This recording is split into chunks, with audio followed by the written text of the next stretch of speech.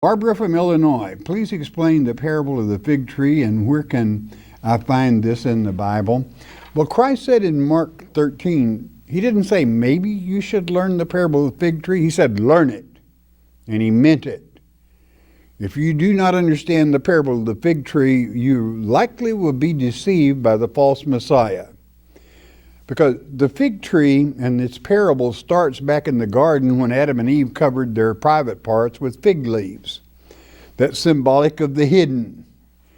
And then in Jeremiah chapter 24, it lets you know even when the final generation would be, because Christ would teach in Mark chapter 13 that when the generation would come to pass that was the parable of the fig tree generation, all prophecy would be finished.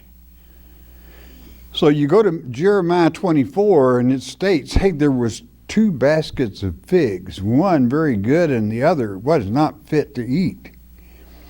And he's talking about the people that would settle Jerusalem.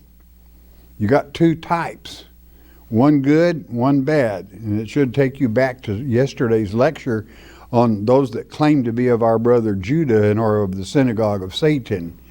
And that's don't paint that with too wide a brush. There's not that many of the fallen ones, but the Kenites, but they're there.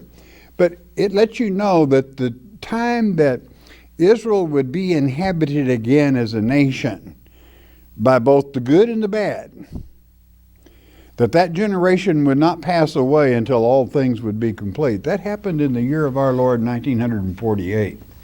Israel become a nation again since the first time since Christ, 70 AD.